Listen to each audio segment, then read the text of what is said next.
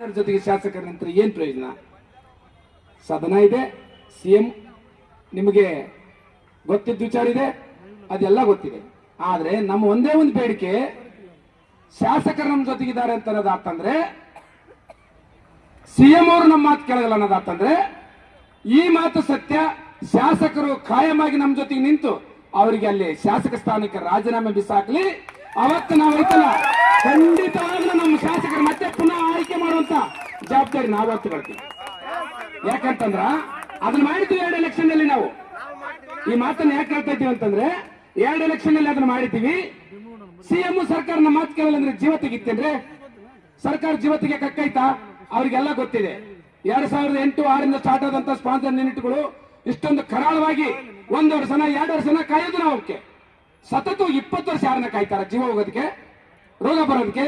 ಇಷ್ಟೊಂದು ಕಠಿಣ ಸವಾಲುಗಳು ಗೊತ್ತಿಲ್ಲ ಅಂತಲ್ಲ ಅವ್ರಿಗೆ.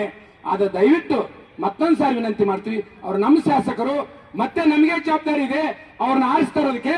ಆ ಕಾರಣಕ್ಕಾಗಿ ಅವರು ಸರ್ಕಾರ ಮತ್ತು ಸಿಎಂ ಯಾರೇ ಆಗಲಿ ಅವ್ರು ನಮ್ಮ ಪರವಾಗಿ ನಿಂತಿಲ್ಲ ಅನ್ನೋದಾತಂದ್ರೆ ರಾಜೀನಾಮೆ ಬಿಸಾಕ್ಬೇಕು, ನಮ್ಮೊಳಗೆ ನಿಲ್ಬೇಕು. ಖಂಡಿತ ನಮ್ಮ ಜವಾಬ್ದಾರಿ, ಕೊಪ್ಪಳದ 2 ಲಕ್ಷ ಜನರ ಜವಾಬ್ದಾರಿ. ಇಷ್ಟು ಮಾತ್ರ ನಾನು ಹೇಳ್ತಾ, ದಯವಿಟ್ಟು ಶಾಸಕರಿಗೆ ಮತ್ತೆ ನಾವು ಒಟ್ಟಾಗಿ ಈ ಸಮಸ್ಯೆಯನ್ನು ಬಗೆಹರಿಸಿಕೊಳ್ಳೋಣ. ಜನಪ್ರತಿನಿಧಿಗಳು ನಮ್ಮ ಒಟ್ಟಿಗಿದ್ದಾರೆ. ಹೇಮಲತಾ ಕೂಡ ಮೇಲಿಂದ ಮೇಲೆ ಮೇಡಮ್ ಅವರು ಸದನದಲ್ಲಿ ಪ್ರಶ್ನೆ ಮಾಡೋದಕ್ಕೆ ಪ್ರಯತ್ನ ಮಾಡ್ತಾ ಇದ್ದಾರೆ. ಅವ್ರ ಕೆಪಾಸಿಟಿ ಮೀರಿ.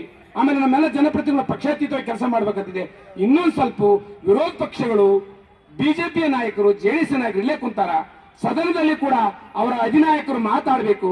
ಅದನ್ನ ನಾವು ಎಕ್ಸ್ಪೆಕ್ಟ್ ಮಾಡ್ತಾ ಇದ್ವಿ. ಯಾಕಂದ್ರೆ ಅವರು ಸರ್ಕಾರ, ಸಿಎಂ ಮತ್ತೆ ಏನಪ್ಪಾ ಅಂತಂದ್ರೆ ಅವರ ಕ್ಯಾಬಿನೆಟ್ ಎಲ್ಲ ಅವರಿಗೆ ನಿರ್ದೇಶನ ಇರುತ್ತೆ. ನಮ್ಮ ವಿರೋಧ ಪಕ್ಷಕ್ಕೆ ಯಾವ ನಿರ್ದೇಶನ ಇದೆ?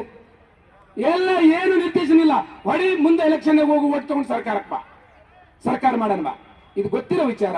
ಆ ಕಾರಣಕ್ಕಾಗಿ ಇಲ್ಲಿ ನಮ್ಮ ಶಾಸಕರು ನಮ್ಮ ಪರವಾಗಿ ಆರಂಭದಿಂದ ಇರ್ತೀವಿ ಅಂತ ಹೇಳ್ತಾರ, ಇವತ್ತಿಗೂ ಕೂಡ ಇದ್ದೀವಿ ಅಂತ ಹೇಳ್ತಾರ. ಅದನ್ನ ಸ್ವಾಗತಿಸೋಣ.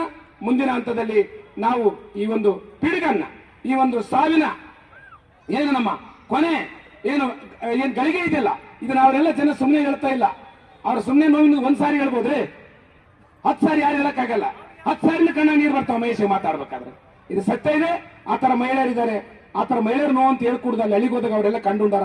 ಆ ಕಾರಣಕ್ಕಾಗಿ ನಾವು ಮತ್ತೆ ಈ ಒಂದು ಹೋರಾಟದ ಸಭೆಯನ್ನ ನಾವು ನಾಳಿನ ಮುಖ್ಯಮಂತ್ರಿಗಳ ಭೇಟಿಗೆ ಅವರ ಅನುಕೂಲ ಮಾಡಿಕೊಡ್ಲಿ, ಬಹಳ ಗಂಭೀರವಾಗಿ ಆಲೋಚನೆ ಮಾಡಲಿ ಅಂತ ಹೇಳ್ತಾ ನನ್ನ ಮಾತನ್ನ ಮುಗಿಸ್ತೀನಿ. ಸರ್ಗೆ ಪ್ರಧಾನ ಸಂಚಾಲಕರಾಗಿರ್ತಕ್ಕ